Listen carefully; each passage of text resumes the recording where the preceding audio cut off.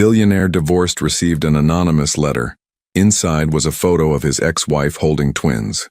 Before we begin, drop a comment telling us which city you're watching from. And once the story ends, don't forget to rate it from 0 to 10. Oh, and make sure to follow our channel for more stories like this. Now, sit back and enjoy every detail. The 42nd floor of the Whitmore Tower offered a view that most people would kill for. Manhattan stretched endlessly below, a concrete jungle of ambition and broken dreams. But Jasper Whitmore barely glanced at it anymore. At 37, he had grown accustomed to being above it all, literally and figuratively. His corner office was a monument to success. Floor-to-ceiling windows, a mahogany desk that cost more than most people's cars, and awards lining the walls from various medical technology innovations his company had pioneered. Everything was perfectly organized, sterile, and cold, much like the man who occupied the space.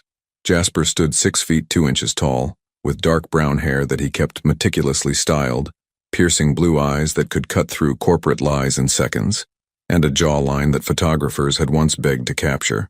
He wore his success like armor, custom-tailored Tom Ford suits, Swiss watches that cost small fortunes, and an air of untouchable confidence that made grown men nervous during board meetings. But today, something felt different. Maybe it was the way his assistant, Caroline, had avoided his eyes when she brought his afternoon coffee. Maybe it was the unusual silence that seemed to press against the windows despite being 42 floors above the city's noise. "Mr. Whitmore," Caroline's voice crackled through the intercom, interrupting his thoughts about the Henderson merger. "There's an envelope on your desk. It wasn't there when I brought your coffee 15 minutes ago." Jasper frowned. Security in the building was tighter than Fort Knox. No one entered his office without his permission or Caroline's knowledge. "What do you mean it wasn't there?" "I'm not sure, sir. I stepped out to make copies, and when I returned to water your plants, it was just there." He turned toward his desk, and sure enough, a plain white envelope sat in the center of his leather desktop pad. No postmark, no return address, just his name written in elegant handwriting that made his chest tighten unexpectedly. Jasper approached the envelope like it might explode. The handwriting was feminine, careful, but not one he recognized. At least, not immediately. He picked it up with steady hands, though something deep in his gut was already churning. Inside was a single photograph. The world stopped. Leora Bennett, his ex-wife, sat in what appeared to be a nursery, holding 2 babies, twins, a boy and a girl, both with the same dark hair that Jasper saw in the mirror every morning. The timestamp in the corner of the photo read a date that made his blood run cold. The babies were approximately 1 year and 3 months old. His knees went weak. Jasper sank into his leather chair, staring at the image with the intensity of a man trying to solve an impossible equation. Leora looked different, softer somehow, her chestnut brown hair longer than when she'd lived with him, her green eyes carrying a warmth he hadn't seen in the final months of their marriage.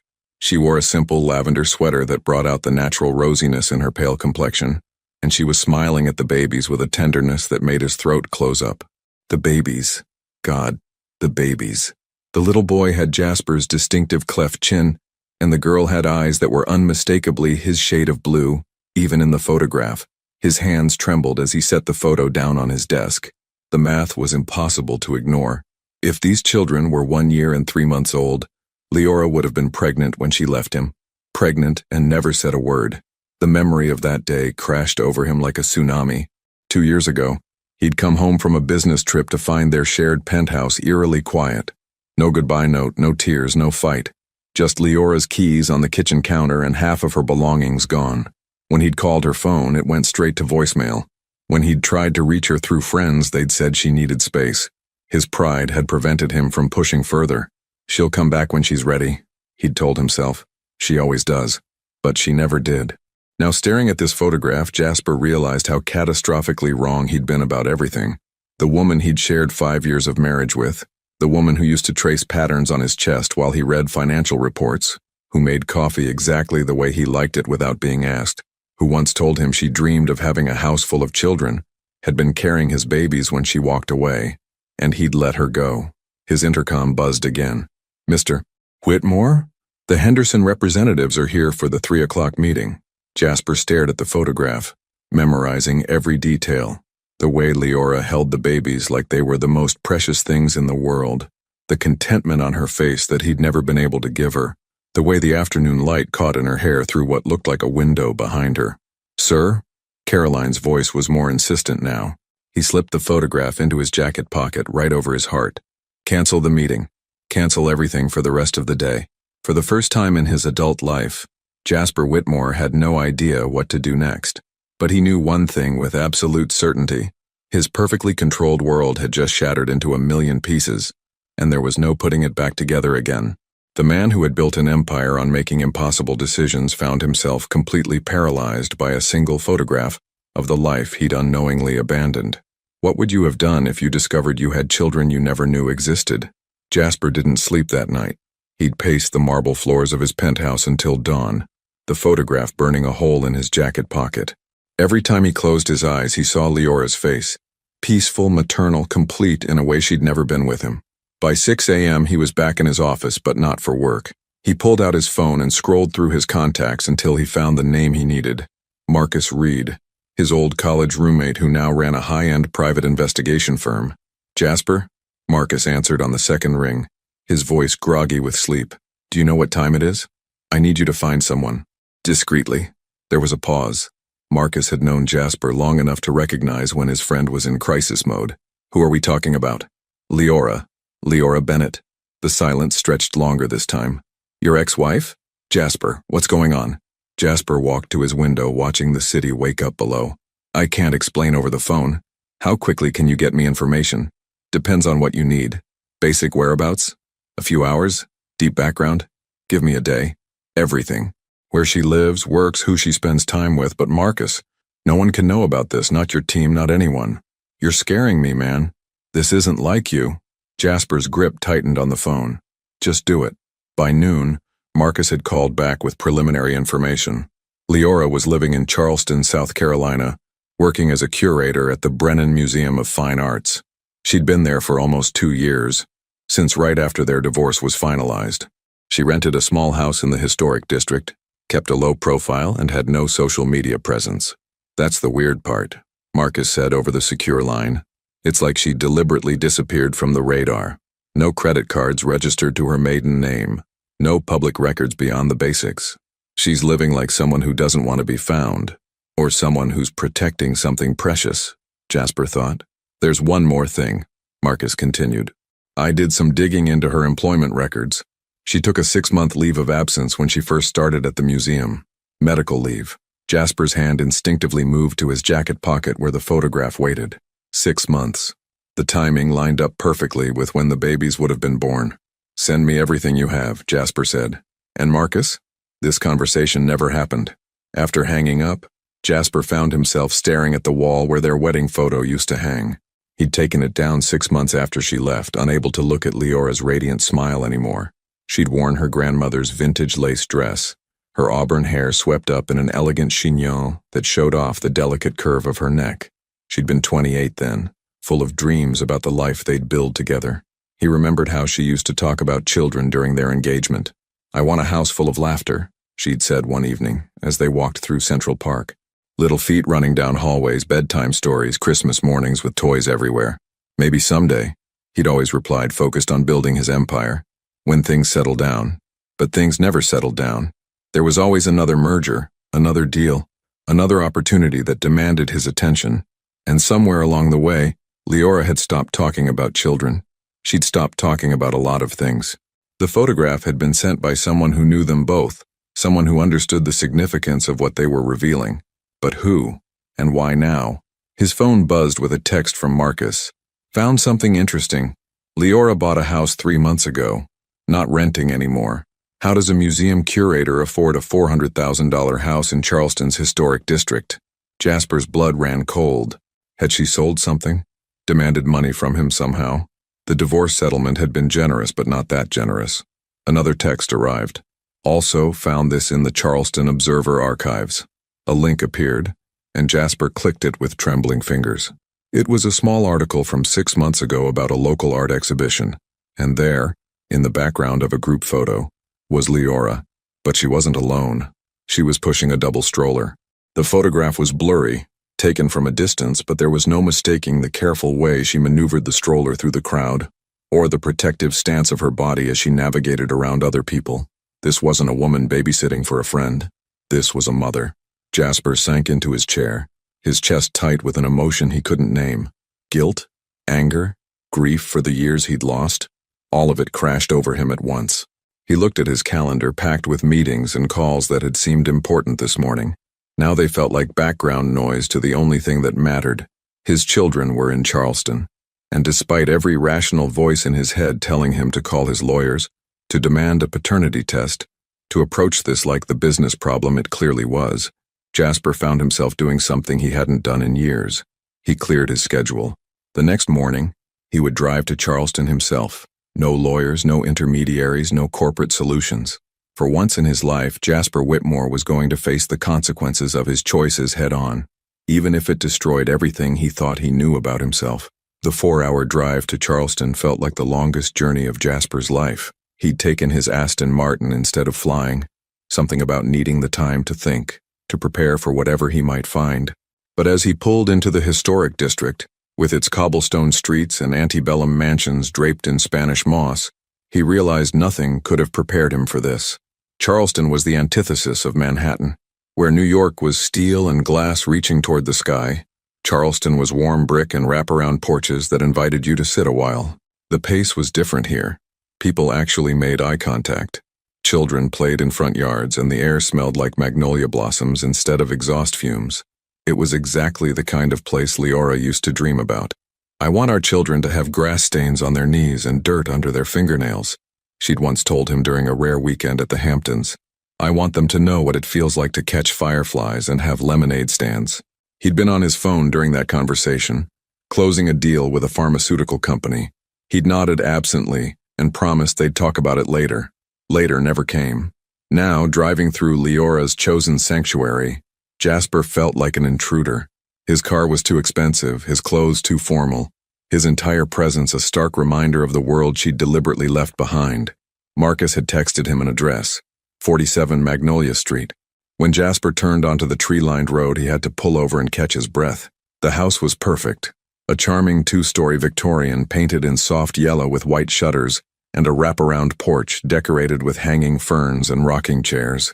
A white picket fence enclosed a small front yard where children's toys were scattered on the grass, a red tricycle, colorful chalk drawings on the sidewalk, and a sandbox shaped like a turtle.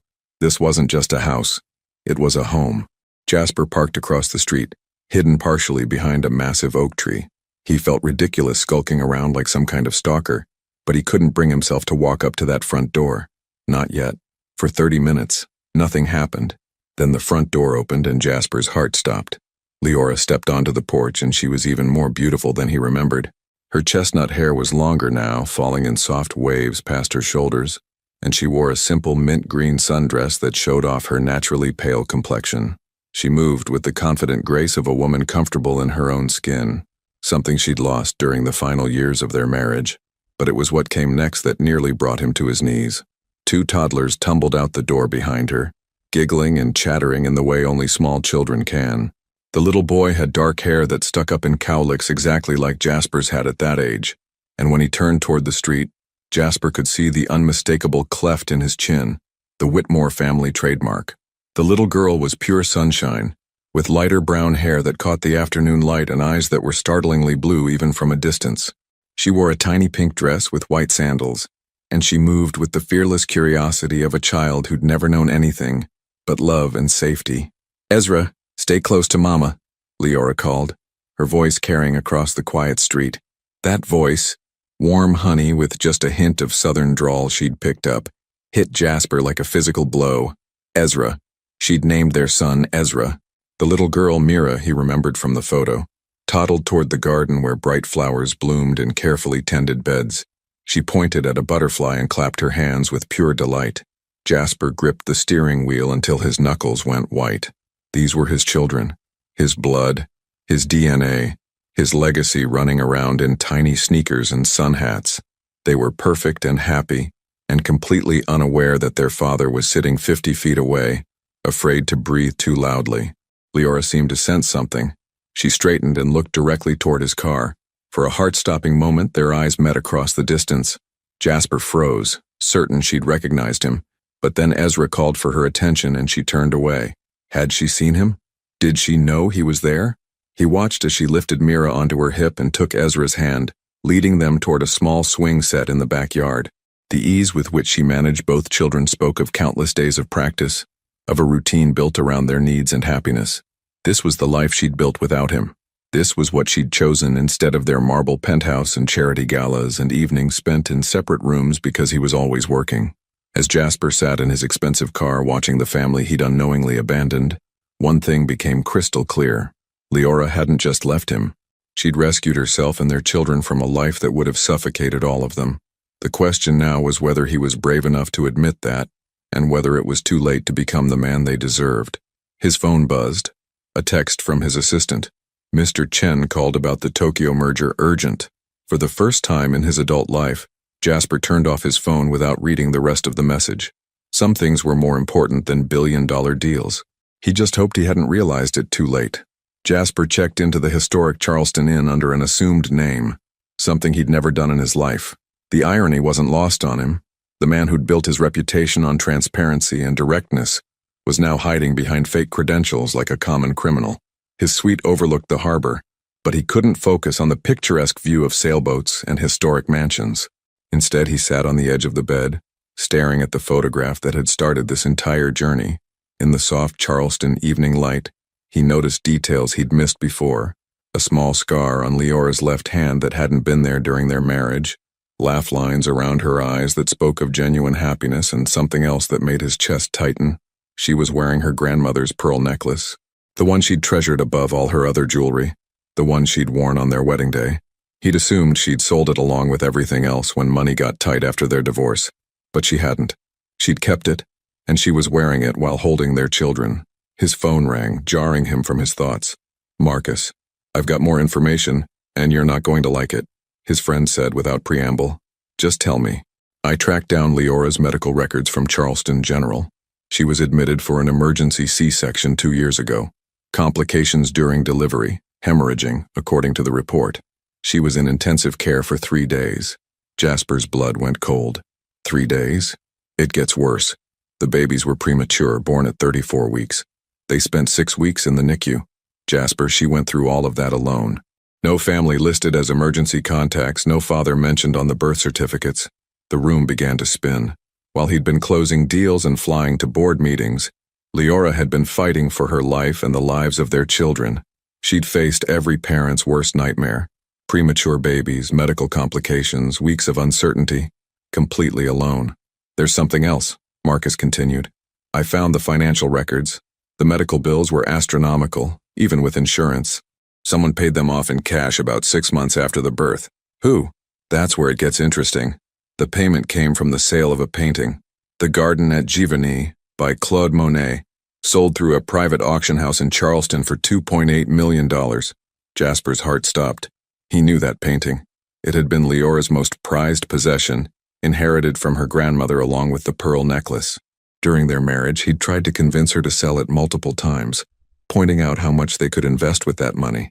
She'd always refused, saying it was the only connection she had left to her grandmother's memory. She'd sold her grandmother's Monet to pay for their children's medical care. "Jasper, you still there?" "I'm here." His voice sounded foreign to his own ears. "The house she bought? She paid cash for that too. Used the remainder of the Monet money. She's been living modestly, working at the museum, putting every penny into providing for those kids." After hanging up, Jasper walked to the window and stared out at the Charleston skyline.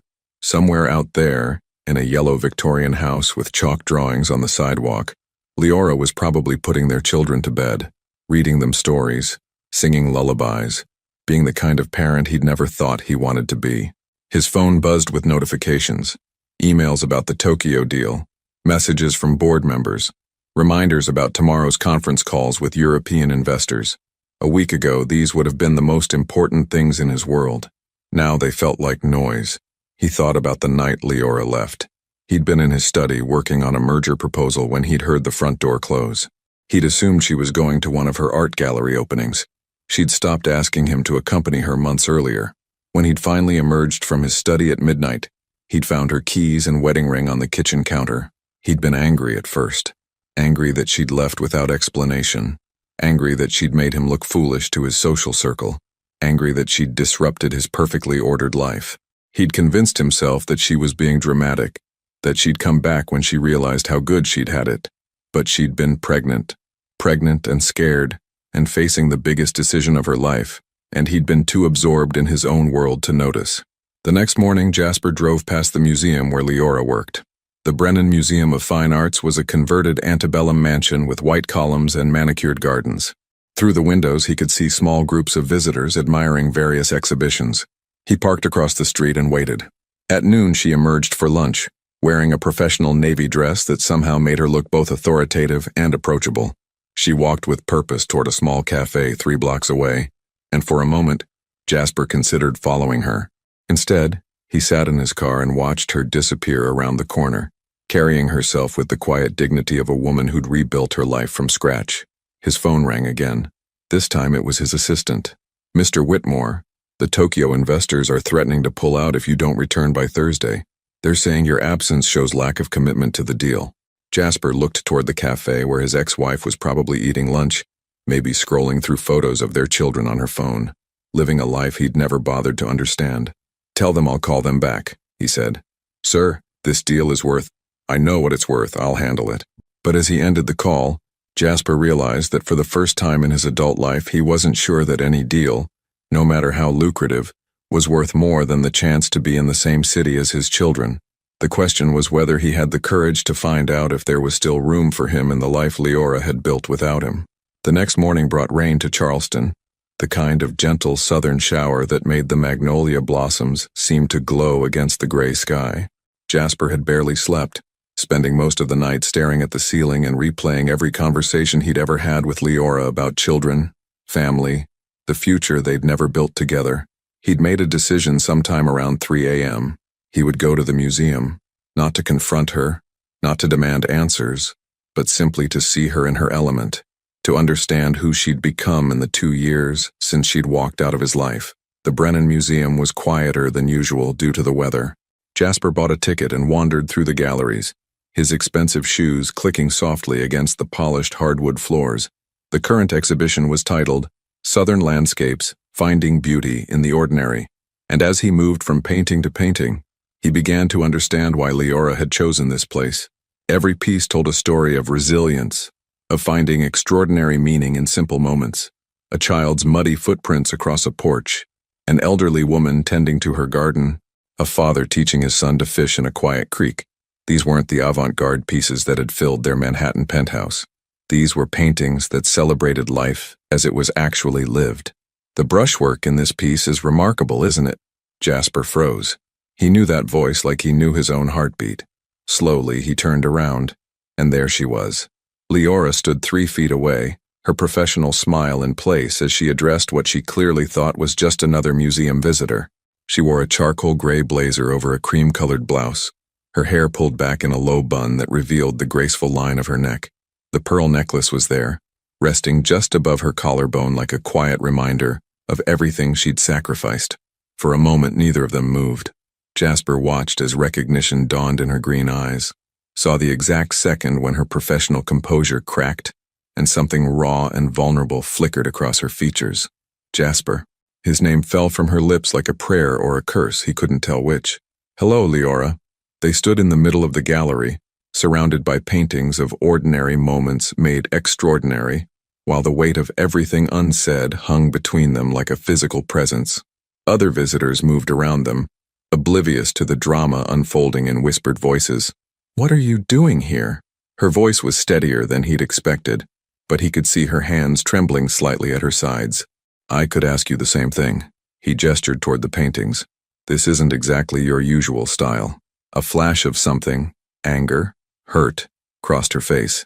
"You don't know what my style is anymore, Jasper. You never really did." The words hit him like a physical blow, but he absorbed them without flinching. She was right, and they both knew it. "Could we?" He looked around at the other visitors, acutely aware that they were creating a scene. "Could we talk somewhere private?" Leora hesitated, her professional training warring with personal history. Finally, she nodded toward a small office behind the main desk. 5 minutes. That's all. Her office was tiny but warm, filled with art books, family photos he couldn't quite see from his angle, and a small vase of fresh daisies on her desk. Everything about the space screamed contentment, the life of someone who'd found her place in the world. "How did you find me?" she asked, closing the door behind them.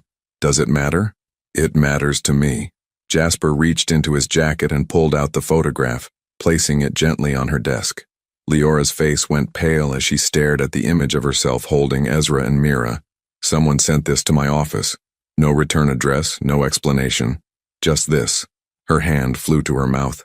"Oh my God, who would do that? I was hoping you could tell me."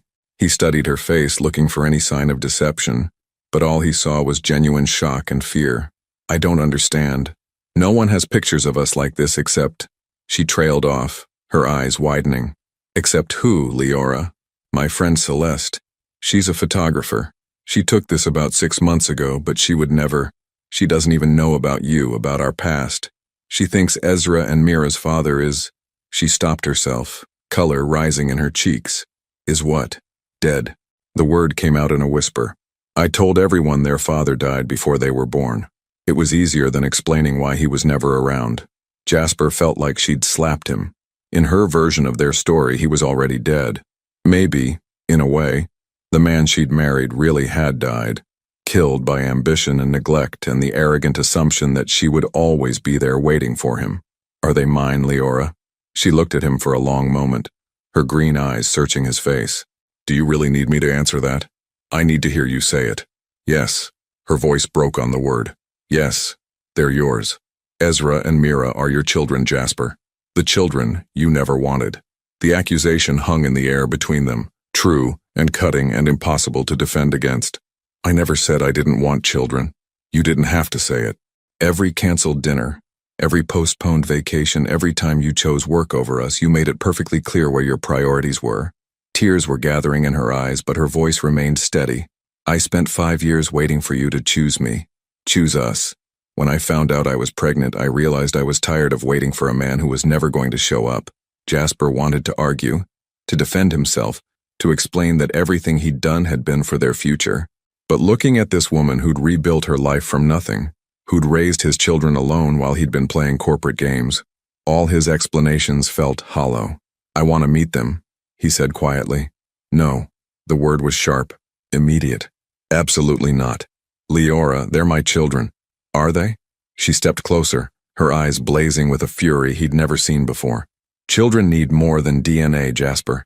They need someone who shows up, someone who puts them first, someone who doesn't disappear when things get difficult." Her voice dropped to a whisper. "You've been dead to them their entire lives. I won't let you confuse them now just because you've suddenly developed a conscience." Before he could respond, a knock interrupted them. A young intern peeked through the door. "Ms. Bennett? There's someone here asking for you specifically. Says it's urgent." Leora looked flustered. "I'll be right there." She turned back to Jasper. "You need to go, please." But as she moved toward the door, Jasper caught her arm gently. "This isn't over, Leora. I know I don't deserve it, but I'm asking for a chance. Just one chance to try to be the father they deserve." She pulled away from his touch like it burned. The father they deserve wouldn't have had to ask. As she walked away, leaving him alone in her small office surrounded by the life she'd built without him, Jasper realized that winning back his family was going to be the hardest deal he'd ever tried to close. And for the first time in his life, he wasn't sure he had what it took to succeed. Jasper sat in his hotel room that evening, staring at his untouched room service dinner and replaying every moment of his encounter with Leora. Her words echoed in his mind like accusations. "You've been dead to them their entire lives." The truth of it cut deeper than any business rival had ever managed. His phone rang, displaying an unknown Charleston number. "Mr. Whitmore?" The voice was female, older, with a refined southern accent that spoke of old Charleston money and older secrets. "Who is this?" "Someone who cares about Leora and those children more than you ever did." The caller paused, letting the words sink in. "Though I suppose that's not saying much, is it?" Jasper's grip tightened on the phone. "Did you send me the photograph?" "I did. And before you start threatening me with lawyers and private investigators, you should know that I'm calling to give you something you don't deserve. A chance." "What kind of chance?" "To prove you're not the selfish bastard who broke that girl's heart." The woman's voice was steady, matter of fact. "Meet me tomorrow at Magnolia Cemetery, Section 12 at 10 a.m. Come alone." and maybe you'll learn something about the family you abandoned." The line went dead before Jasper could respond. He spent the rest of the night researching Magnolia Cemetery, one of Charleston's historic graveyards filled with ornate monuments and Spanish moss-draped oaks. Section 12, according to the cemetery's website, housed graves dating back to the 1800s. What could this mysterious caller want to show him there? The next morning arrived gray and humid, typical Charleston weather that made even expensive suits feel heavy. Jasper arrived at the cemetery 15 minutes early, walking through the wrought iron gates into a world of marble angels and weathered headstones. Section 12 was in the older part of the cemetery, where massive oak trees created a canopy so thick that morning light filtered through in scattered golden patches. He found the woman waiting beside an elaborate Victorian monument, her silver hair perfectly styled despite the humidity, wearing a navy dress that had probably cost more than most people's monthly salary. She was perhaps 70, with the kind of bone-deep elegance that money couldn't buy and age couldn't diminish. Her blue eyes, startlingly familiar blue eyes, assessed him with the cool precision of someone accustomed to taking the measure of men and finding them wanting. "You're exactly what I expected," she said without preamble. "Expensive clothes, expensive watch, expensive car parked outside the gates. Everything about you screams money and power. Tell me, Mr. Whitmore, what does any of that matter when you're standing in a graveyard? You have me at a disadvantage. You know who I am, but I don't know who you are. I'm Eleanor Bennett, Leora's grandmother." Jasper's blood went cold. Leora told me her grandmother was dead. To her, I am. Eleanor's voice carried decades of regret. "We had a falling out when she married you. I disapproved of the match, thought you were too old, too set in your ways, too much like my own late husband who valued his business empire more than his family." She gestured toward the monument they stood beside. Jasper read the inscription. "Theodore Bennett, 1923-1998, beloved husband and father." Below it, a smaller stone. "Margaret Bennett, 1925-2019, reunited at last. My daughter Margaret, Leora's mother, died in a car accident when Leora was 16. I raised that girl from then on, and I loved her like she was my own daughter. But when she announced she was marrying you," Eleanor shook her head, "I said things, cruel things, things I can never take back." "What kind of things?" "I told her she was making the same mistake her mother made, falling for a man who would never put family first. I told her that wealthy men like you and Theodore collect beautiful wives like art pieces, something to display at parties but ignore at home." Eleanor's voice cracked slightly. "I told her she'd regret it within 5 years. Jasper felt sick, and she chose me anyway. She loved you. God help her, she truly loved you. So she cut me out of her life completely, returned my letters unopened, changed her phone number, moved across the country to be with you." Eleanor turned to face him fully. "Do you know what it's like to lose the person you love most in the world because you were too proud to admit you might be wrong? I'm learning. When I heard about the divorce, I tried to reach out, but Leora wouldn't take my calls. Then I found out about the babies, about the medical bills, about her selling the Monet." Eleanor's eyes filled with tears. That painting was supposed to be her inheritance, her security. "But she sold it to save your children's lives while you were off playing corporate games, completely oblivious. I didn't know she was pregnant. Of course you didn't. You were too busy to notice your own wife, let alone what she was going through." Eleanor reached into her purse and pulled out a manila envelope. "But I've been watching, waiting, hoping for a chance to make things right." She handed him the envelope. Inside were photographs, dozens of them. Leora in the hospital, pale and exhausted after the emergency C-section. The twins in the NICU, tiny and fragile, hooked up to machines. Leora holding them for the first time, tears streaming down her face. First steps, first birthdays, Christmas mornings in the little yellow house. "How did you get these?" "I hired someone to document their lives. Not to interfere, just to know them, even from a distance. To be part of their story in the only way Leora would allow." Eleanor's voice broke. "Those children are my great-grandchildren, Mr. Whitmore. The only family I have left, and I've missed every moment of their lives because I was too stubborn to apologize when it mattered." Jasper stared at a photo of Mira taking her first steps in the museum where Leora worked, her face lit up with pure joy. "Why are you showing me this?" "Why now?" "Because I'm dying." The words were matter of fact, delivered without self-pity. "Pancreatic cancer. The doctors give me 3 months, maybe 4 if I'm lucky. And before I go, I want to do something right for once in my miserable life." "What does that have to do with me?" Eleanor smiled sadly. Everything, Mr. Whitmore. I sent you that photograph because I recognize myself in you. Someone who put pride before family, who thought there would always be more time to fix things. I'm hoping you're smarter than I was. Leora won't even let me see the children. Not yet, but she will. Eleanor pulled out another item from her purse, a small leather journal. This contains everything you need to know about Ezra and Mira. Their favorite foods, their fears, their dreams, their personalities. Study it like you would any business proposal you wanted to win. Jasper accepted the journal with trembling hands. Why would you help me? Because those children deserve to know their father, and Leora deserves to stop carrying the weight of parenthood alone. Because maybe if you succeed where I failed, some good can come from all this pain. Eleanor started walking toward the cemetery exit, then paused. And Mr. Whitmore, don't waste this chance. You may think you have all the time in the world, but I promise you, time runs out faster than you think. As Jasper watched her disappear among the moss-draped trees, he realized he'd been wrong about everything. The anonymous photograph hadn't been sent by an enemy trying to destroy his life. It had been sent by a dying woman trying to save it. Jasper spent the entire night reading Eleanor's journal, absorbing every detail about the children he'd never known. Ezra loved dinosaurs and refused to eat anything green, unless it was shaped like a car. Mira was afraid of thunderstorms but brave enough to chase butterflies across busy playgrounds. They both had Leora's habit of humming while they colored, and they shared an inexplicable fascination with construction vehicles. By dawn, he felt like he knew them better than he'd known most adults in his life. The journal also contained something else. Eleanor's observations about Leora's struggles. The sleepless nights during the twins' first year when Ezra had colic.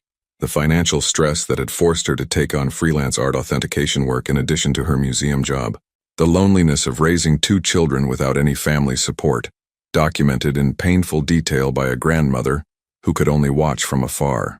Jasper closed the journal and made a decision that would have shocked his former self. He called his office and formally delegated the Tokyo merger to his vice president. For the first time in his career, he was putting something ahead of a billion-dollar deal. The next morning, he drove to the children's daycare center.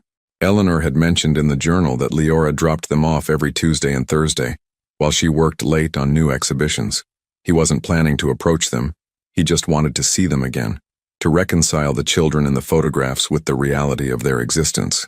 Rainbow Gardens Daycare was a converted Victorian house with a colorful playground out back.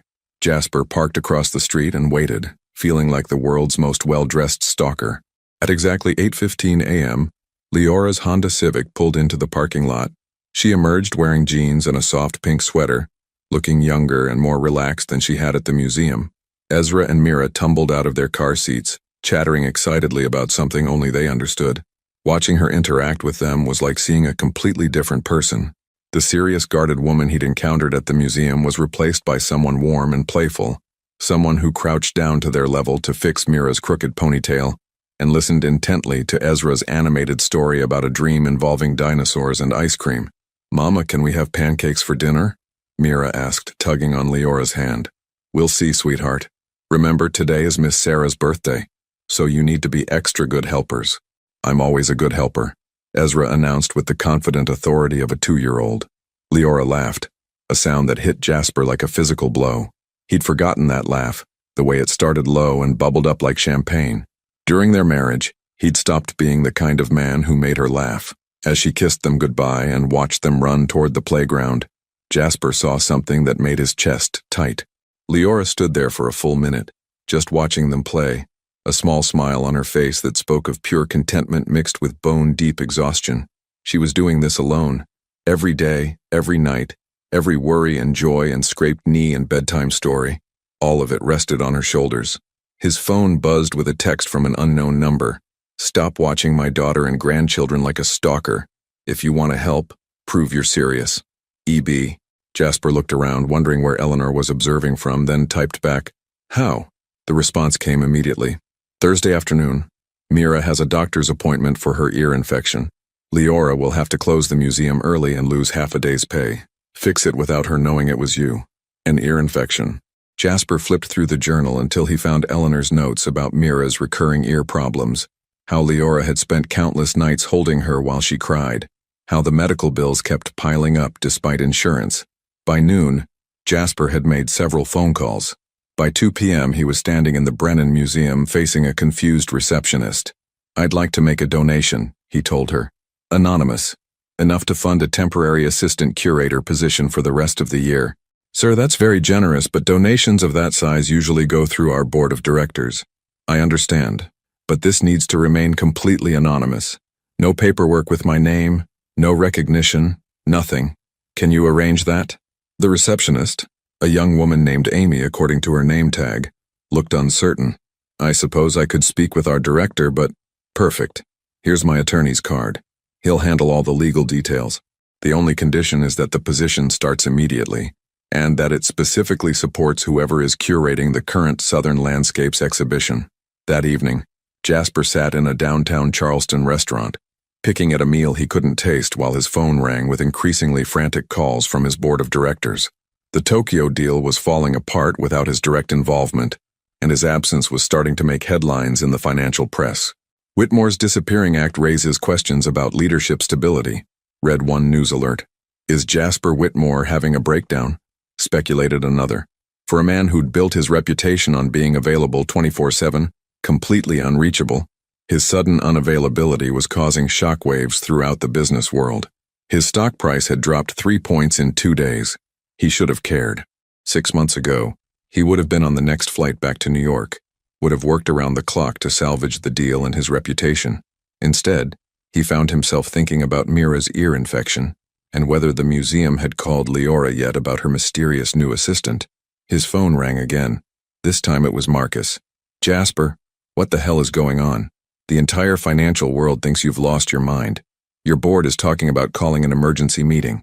You need to get back to New York and do damage control. I'm exactly where I need to be." "Doing what? Playing house with your ex-wife? She doesn't even want to see you." "I'm learning how to be a father." The silence on the other end of the line stretched so long that Jasper thought the call had dropped. "Marcus? You're serious about this, aren't you? More serious than I've ever been about anything. Then you better figure out how to make it work, because if you don't get back to New York soon, you might not have a company to come back to." After hanging up, Jasper walked through Charleston's historic district, past the same streets where his children took their first steps, where Leora had built a life without him. The city was alive with the sounds of families, children playing, couples talking on restaurant patios, the kind of ordinary happiness he'd never thought to want. His phone buzzed with another text from Eleanor. She got the job. Cried when they told her about the anonymous donor. First time she's cried happy tears in 2 years. Well done. For the first time since receiving that photograph, Jasper smiled. He was learning that being a father had nothing to do with biology and everything to do with showing up, even if showing up meant losing everything else he'd spent his life building. The question was whether he was strong enough to keep choosing them over everything else, even when it felt like his entire world was falling apart. The crisis hit on Friday morning like a Category 5 hurricane. Jasper woke to 17 missed calls from his board chairman and a news alert that made his blood run cold. Whitmore Holdings stock plummets as CEO remains missing. Hostile takeover rumors swirl. He was getting dressed when his phone rang again. This time it was his attorney, David Chen, and his voice was grim. "Jasper, where the hell are you? Morrison Industries just announced they're considering a hostile takeover bid. They're claiming you've abandoned your fiduciary responsibilities to shareholders." Jasper sank onto the edge of his hotel bed. Morrison Industries was run by Richard Morrison, his biggest rival, and a man who'd been trying to acquire Whitmore Holdings for years. What's their angle? Mental incapacity. They're saying your disappearance and the collapse of the Tokyo deal prove you're no longer fit to run the company. The board is meeting Monday morning to discuss removing you as CEO. The words hit like physical blows. Everything he'd built over 15 years was crumbling, because he'd chosen to stay in Charleston for 1 week, because he'd finally chosen his family over his empire. "How much time do I have? If you get back to New York today, we might be able to stop this. But Jasper, it'll mean working around the clock, 20-hour days, emergency board meetings, probably traveling to Tokyo to salvage what's left of that deal. You won't have time for anything else." Anything else. As if his children were a hobby instead of the most important thing in his life. "I need to think about it." "There's nothing to think about. Get on a plane." But after hanging up, Jasper found himself walking to his car instead of packing. 20 minutes later, he was parked outside Rainbow Gardens daycare, watching Leora pick up Ezra and Mira. It was their Friday routine, according to Eleanor's journal. Playground time followed by pizza dinner at home. He watched Mira run to her mother with a drawing she'd made, her face glowing with pride as Leora examined every crayon stroke like it was a masterpiece. Ezra was telling an animated story about something that had happened during circle time, his hands gesturing wildly as Leora listened with complete attention. This was what he would be giving up, not just the abstract concept of having children, but these specific moments, Mira's artistic achievements, Ezra's stories, the way Leora's entire face lit up when she saw them. His phone buzzed. A text from Eleanor. She knows something's wrong. Saw the news about your company. She's worried about you. Leora was worried about him. Even after everything he'd put her through, she still cared enough to worry. Another text arrived. This one from an unknown number. Mr. Whitmore, this is Celeste, Leora's friend. We need to talk. Meet me at the rooftop bar on King Street tonight at 8. Come alone. Celeste, the photographer who'd taken the original picture that started all of this. That evening, Jasper arrived at the upscale rooftop bar to find a woman in her early 30s waiting for him. Celeste had short auburn hair, intelligent brown eyes, and the kind of directness that reminded him of Leora. You are exactly what I expected, she said without preamble as he sat down. Expensive suit, expensive watch, expensive everything. Leora described you perfectly. Leora talks about me? Not often, but when she does. Celeste studied him over her wine glass. She still loves you. You know that, right? Jasper's heart clenched. She has a funny way of showing it. She's protecting herself and those kids. Celeste leaned forward. Do you know what she was like when she first moved here? Broken, completely shattered. She was 8 months pregnant, alone, and terrified. I found her crying in the grocery store because she couldn't afford both diapers and the medications the doctor prescribed for her blood pressure. I would have helped if I'd known. Would you? Really? Or would you have tried to control the situation, thrown money at it, and gone back to your meetings? Celeste's voice was sharp, because that's what she was afraid of, that you'd see the pregnancy as a problem to be managed instead of a family to be cherished. Jasper couldn't answer because he wasn't sure she was wrong. I was the one who helped her through labor, Celeste continued. 23 hours of complications, emergency surgery, and the whole time she kept saying your name. Even when the doctors weren't sure she was going to make it, she was worried about whether you were okay. The room seemed to spin around him. She almost died? The hemorrhaging was worse than anyone realized. For about 6 hours it was touch and go. Celeste's eyes filled with tears. And through all of it, she made me promise that if something happened to her, I wouldn't contact you. She said she couldn't bear the thought of you taking the babies out of obligation instead of love. Jasper felt like he was drowning. While he'd been in board meetings and conference calls, Leora had been fighting for her life and the lives of their children.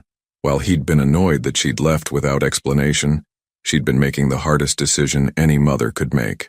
Why are you telling me this? Because she's been different since you showed up. Distracted. Hopeful in a way that scares me. Celeste finished her wine and stood to leave. I took that picture you received. Eleanor asked me to. Said she needed it for something important. I had no idea she was going to send it to you.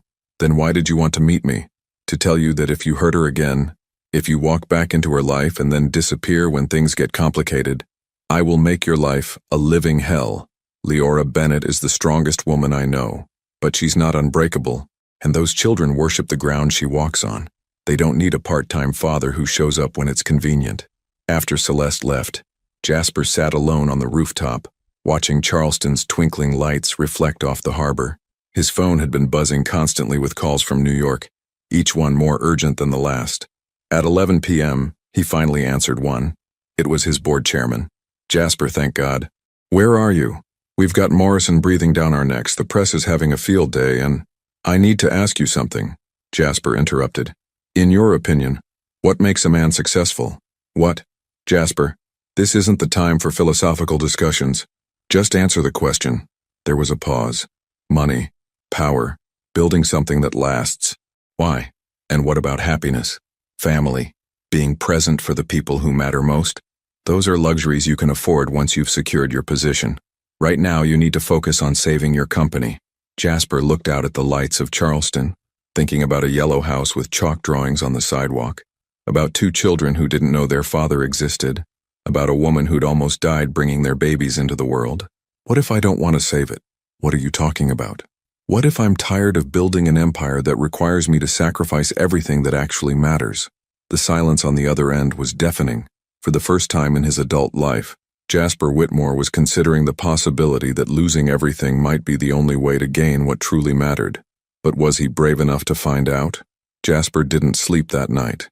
He sat on his hotel balcony until dawn, watching the sun rise over Charleston Harbor while his phone buzzed incessantly with calls from New York.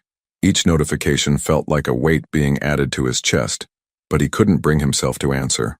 By 6 a.m., he'd made his decision. At 7:30, he was standing outside Rainbow Gardens Daycare, watching the early morning drop-offs. He knew Leora would be there soon. Eleanor's journal had mentioned that Saturdays were museum volunteer days, and Leora always brought the children early so she could help set up educational programs. When her Honda Civic pulled into the parking lot, Jasper's heart hammered against his ribs, but this time he didn't hide behind his car or observe from a distance. He walked directly toward them. Leora saw him coming and froze, her hand tightening protectively on Mira's car seat handle. Ezra, oblivious to the tension, was chattering about the toy dinosaur he'd brought for show and tell. Jasper. Her voice was carefully neutral, but he could see the worry in her green eyes. "What are you doing here? I needed to see you, to tell you something." He glanced at the children, both of whom were staring at him with the frank curiosity of toddlers encountering a stranger. "Could we talk just for a minute?" "Mama, who is that man?" Mira asked, pointing at Jasper with the directness only small children possessed. Leora's face went pale. He's someone Mama used to know."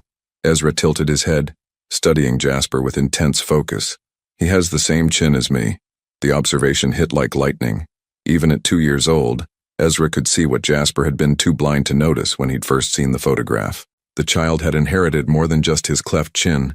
He had Jasper's analytical way of observing the world, the same intensity that had made Jasper successful in business. "You're right," Jasper said quietly, crouching down to Ezra's eye level. "We do have the same chin." "Cool. Do you like dinosaurs?" Before Jasper could answer, Leora intervened. "Ezra, Mira, why don't you go play on the swings for a few minutes? I need to talk to this gentleman." As the children ran toward the playground supervised by daycare staff, Leora turned to face him fully. "You need to leave. Now. Before they start asking questions I'm not ready to answer." "I can't do that." "Yes, you can. You did it once before." The accusation stung because it was true. "Leora, I know about the hemorrhaging, about how you almost died having them, about the medical bills, the nights you spent alone in the NICU, all of it." Her face crumpled for just a moment before she regained control. "Who told you?" "Does it matter? What matters is that I wasn't there. I should have been there, and I wasn't. And I'm sorry doesn't even begin to cover how I feel about that. Sorry isn't enough." Her voice was barely a whisper. "Do you know what it was like? Being wheeled into surgery, not knowing if I was going to wake up, thinking my babies might grow up without any parents at all because their father didn't even know they existed." Jasper felt like she'd punched him in the gut. "If I could go back, but you can't. None of us can." She wiped her eyes with the back of her hand. "I saw the news, Jasper. Your company is falling apart. That's why you're really here, isn't it? Because your perfect life imploded and suddenly family seems like a good backup plan?" "No." The word came out stronger than he'd intended. "I'm here because I choose to be here. I'm here because for the first time in my adult life I understand what actually matters." "And what's that?" "Them." He gestured toward the playground where Ezra was pushing Mira on a swing, both of them laughing with pure joy. "You. This life you've built. I'm here because I'd rather lose everything else than miss another day of their childhood." Leora stared at him in shock. "What are you saying?" "I'm saying I'm not going back to New York. I'm saying I'm staying in Charleston, whether you want me here or not. I'm saying that if Morrison Industries wants my company, they can have it. Some things are more important than billion-dollar empires." "You don't mean that." "I've never meant anything more in my life." Jasper reached into his jacket and pulled out a letter he'd written at dawn. "This is my resignation as CEO of Whitmore Holdings, effective immediately. I've already emailed it to my board chairman." Leora took the letter with trembling hands, scanning the formal language that essentially destroyed everything Jasper had spent 15 years building. "You're serious?" "Dead serious. I'm liquidating my personal assets to pay off the company's debts so the employees won't lose their jobs when Morrison takes over. After that, I'll have enough to buy a small house here in Charleston, maybe start a consulting practice. Nothing fancy, nothing that requires 18-hour days or constant travel. Jasper, you can't just throw away your entire life. I'm not throwing it away. I'm finally choosing the right one. He stepped closer, close enough to catch the familiar scent of her perfume.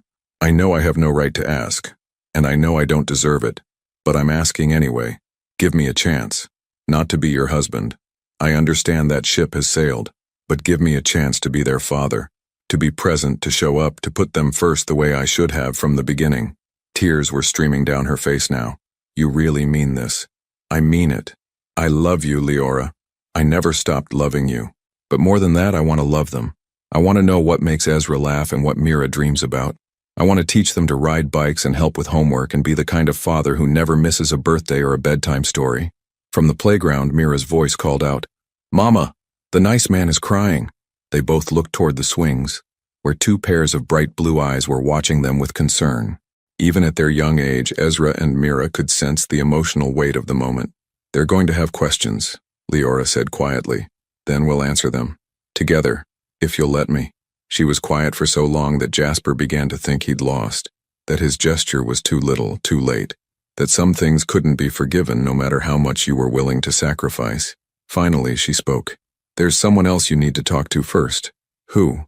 "Your grandmother-in-law. She's been calling me every day since you arrived in Charleston asking about you. I think it's time you two had a proper conversation." "Eleanor? You've been talking to Eleanor?" For the first time since he'd arrived, Leora almost smiled. "Did you really think she'd orchestrate this whole thing without having an exit strategy? She wants to meet with both of us tomorrow. She says it's time to stop letting pride destroy this family." As if summoned by their conversation, Jasper's phone rang. The caller ID showed his board chairman's number. For the first time in his adult life, Jasper declined the call without a second thought. Some decisions were more important than others, and this one would determine whether he'd spend the rest of his life building spreadsheets or building memories with the family he'd almost lost forever. The meeting was set for Sunday afternoon at Eleanor's estate on the outskirts of Charleston. As Jasper drove through the wrought iron gates and up the tree-lined driveway, he understood why Leora had fallen in love with the South. The antebellum mansion was surrounded by gardens that looked like something from a fairy tale. Magnolia trees heavy with white blossoms, Spanish moss draping ancient oaks, and flowers blooming in every color imaginable.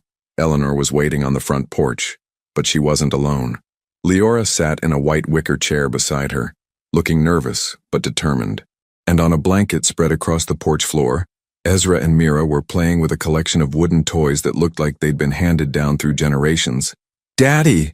Mira called out as Jasper approached, then immediately clapped her hands over her mouth, her blue eyes wide with confusion. The word hit him like lightning. Daddy. She'd called him Daddy, and the sound of it nearly brought him to his knees. "It's okay, sweetheart," Leora said gently, though her own voice was shaky. "We talked about this, remember? This is your daddy. He's been away for a long time, but he's here now." Ezra looked up from his toy dinosaur, studying Jasper with the same intense focus he'd shown at the daycare. "Are you really our daddy?" Jasper knelt down beside the blanket, his throat so tight he could barely speak. "Yes, I'm your daddy, and I'm very sorry it took me so long to meet you." "Where were you?" Mira asked with the blunt curiosity of a 2-year-old. "I was lost," Jasper said, surprised by the honesty of his own answer. "But I'm not lost anymore." Eleanor cleared her throat, drawing their attention. "Children, why don't you show your father the garden? I planted those butterfly bushes specifically for little ones to explore." As Ezra and Mira scrambled off the blanket, chattering excitedly about butterflies and flowers, Jasper felt a small hand slip into his. Mira was looking up at him with complete trust, ready to lead him on an adventure. "Come on, Daddy. The purple flowers are the best." The next hour passed like a dream. Jasper found himself sitting in the grass, watching Ezra demonstrate how different dinosaurs moved, while Mira picked dandelions and presented them to him like precious gifts. They were perfect, funny and curious, and completely unguarded in the way only children could be. "You're good with them," Leora said quietly, sitting down beside him as the children chased butterflies near the garden fountain. "They're incredible. How did you do this alone? You find strength you didn't know you had." She was quiet for a moment, watching Mira try to catch a yellow butterfly. "Eleanor told me about your company, about Morrison Industries. It doesn't matter. Jasper, you can't just walk away from 15 years of work. Watch me." He turned to face her fully. "Do you know what I was thinking about during those board meetings that seemed so important? I was thinking about profit margins and market share and whether our stock price would hit certain targets. I was thinking about everything except what actually matters.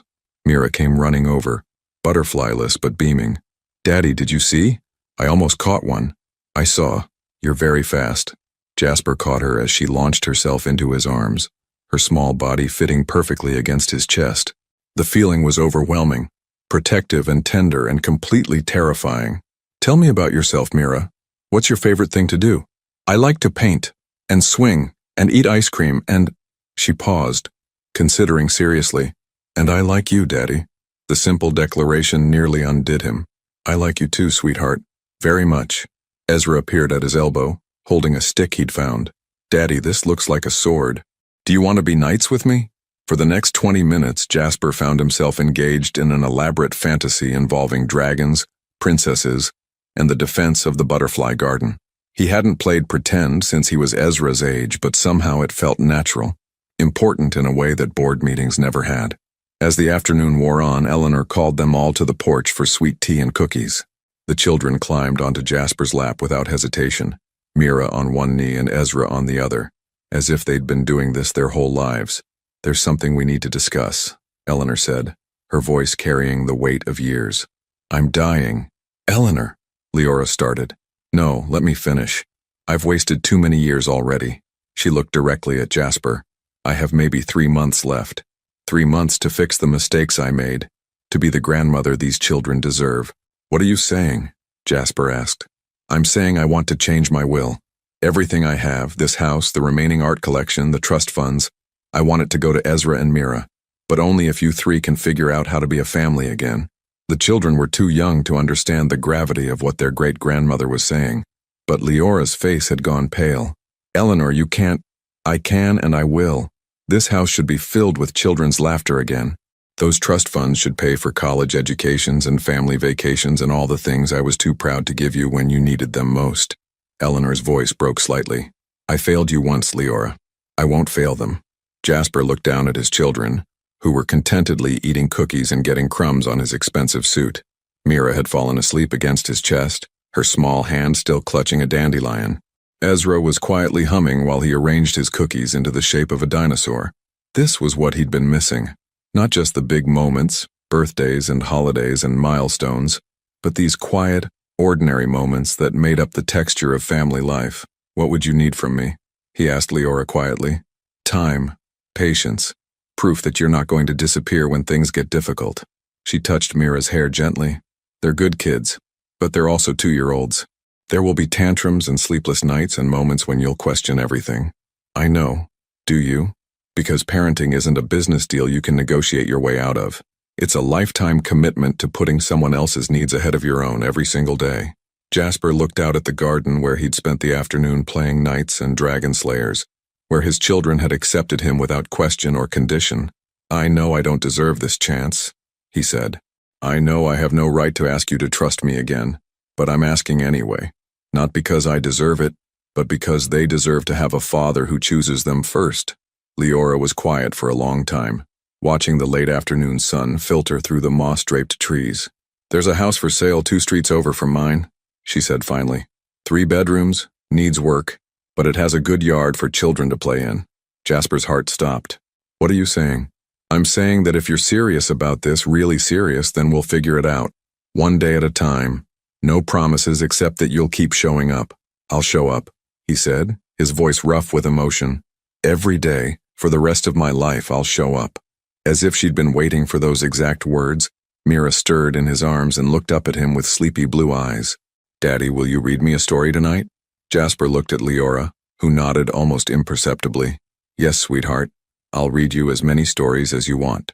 And for the first time in his adult life, Jasper Whitmore made a promise he knew he'd never break.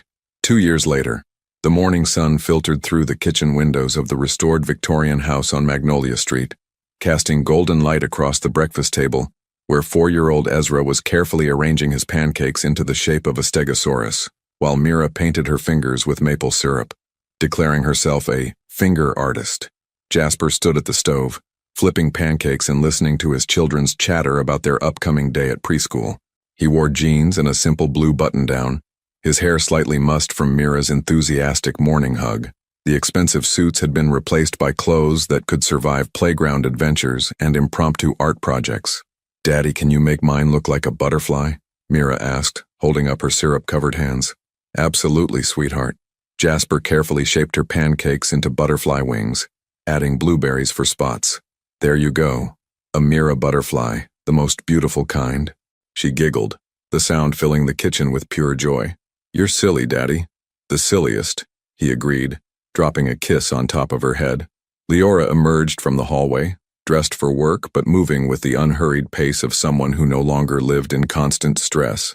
Her chestnut hair was longer now, falling in soft waves past her shoulders, and she wore the pearl necklace that had become her signature piece. The shadows under her eyes had disappeared, replaced by the glow of a woman who felt supported and loved. "Good morning, Chaos Coordinators," she said, kissing each child on the forehead before accepting the cup of coffee Jasper handed her. Their fingers brushed during the exchange and she smiled, the same smile that had made him fall in love with her 8 years ago. "Mama, look, Daddy made me a butterfly," Mira announced proudly. "I see that. It's beautiful." Leora caught Jasper's eye over their daughter's head, and something warm passed between them. They weren't married, not yet, but they were building something stronger than their previous relationship had ever been. Something based on presence rather than promises, on daily choices rather than grand gestures. The past 2 years hadn't been easy. There had been sleepless nights when teething toddlers became cranky preschoolers, moments when Jasper questioned whether he knew what he was doing, times when old patterns of work obsession tried to resurface. But he'd kept his promise. Every morning, every bedtime story, every scraped knee and proud achievement, he'd been there. His consulting firm, Whitmore Family Advisory, operated out of a small office downtown and specialized in helping family businesses balance success with actual family time. The irony wasn't lost on him that he'd become an expert in work-life balance only after losing everything that had made his life unbalanced. Morrison Industries had indeed acquired Whitmore Holdings, but Jasper's careful transition planning had saved jobs and pensions. His former employees had sent him a card last Christmas, thanking him for ensuring their security even as he walked away from his empire. It remained one of his most treasured possessions. "Don't forget," Leora said, checking her phone. "Eleanor's doctor appointment is at 2 today." Eleanor had defied her prognosis, living well beyond the 3 months doctors had predicted. The doctors credited her renewed will to live. Having her great-grandchildren in her life had given her a reason to fight. She'd moved into the guest house behind their property 6 months ago, claiming she needed to supervise the children's education in proper Southern manners, but really just wanting to be close to the family she'd helped heal. "I'll pick her up at 1:30, Jasper confirmed. "The kids have art class until 3, so we should be back in time." "Art class?" Ezra suddenly remembered, jumping up from his chair. "I need my special dinosaur painting." As the children ran off to gather their school supplies, Leora and Jasper found themselves alone in the kitchen for the first time that morning. She moved closer, straightening his collar with the casual intimacy of someone who belonged in his space. "The Hendersons called last night," she said quietly, "about the wedding photography consultation. Celeste thinks it could lead to more work." Leora had started a side business documenting family milestones, not the stiff formal portraits that wealthy families typically commissioned, but real moments of connection and joy. Her work had become sought after throughout Charleston, with clients specifically requesting the photographer who could capture authentic emotion. "That's wonderful. You deserve all the success in the world." "We deserve it," she corrected gently. "This life we've built, we did it together." Before he could respond, Mira came barreling back into the kitchen, dragging her backpack behind her. "Daddy, will you walk me to school today?" "Wouldn't miss it, butterfly girl." Ezra appeared with his dinosaur painting, a masterpiece of 4-year-old artistry that Jasper genuinely found beautiful. "Can we practice baseball when I get home?" "Absolutely. I've been working on my catching." As they prepared to leave for school, Jasper caught sight of himself in the hallway mirror. The man looking back at him bore little resemblance to the CEO who'd once valued board meetings over bedtime stories. This man had paint under his fingernails from last night's art project, grass stains on his jeans from weekend soccer games, and laugh lines around his eyes from countless moments of joy he'd almost missed. "Ready, team?" Leora called, gathering lunchboxes and school bags with the efficiency of someone who'd mastered the morning routine. As they walked down Magnolia Street toward the elementary school, Ezra holding his left hand and Mira skipping ahead while holding Leora's. Jasper marveled at how ordinary and extraordinary their life had become. Neighbors waved from their porches. Other parents fell into step beside them, and his children chattered about their plans for recess. This was what he'd traded his empire for: sidewalk conversations and butterfly pancakes, and the knowledge that when his children thought about their father, they'd remember someone who showed up. At the school gates, both children hugged him goodbye with the unconscious affection of kids who'd never doubted their father's love. As he watched them run toward their classrooms, Jasper felt Leora slip her hand into his. "Any regrets?" she asked, echoing a conversation they'd had many times over the past 2 years. Jasper thought about his former life, the penthouse apartment, the private jets, the board meetings that had once seemed so crucial. Then he looked at the school where his children were learning to read and make friends, at the woman beside him who'd given him a second chance he'd never deserved, at the life they'd built from the ashes of his former ambitions. "Not a single one," he said, and meant it completely. As they walked home together, planning Eleanor's doctor visit and discussing weekend plans for a family trip to the beach, Jasper realized that success couldn't be measured in stock prices or profit margins. It could only be measured in moments like these: ordinary, precious, irreplaceable moments that money could never buy. He'd lost a billion-dollar empire but gained something infinitely more valuable: a family who loved him not for what he could provide, but for who he'd chosen to become. And that, he knew, was the best deal he'd ever made. Would you have had the courage to walk away from everything you'd built to save the relationships that truly mattered? Your participation means a lot to the channel. Please share your thoughts in the comments. Thank you for watching. If you enjoyed the story, please subscribe to our channel and leave a comment below letting us know what you thought. Your feedback and support mean a lot to us. Stay tuned for more exciting stories.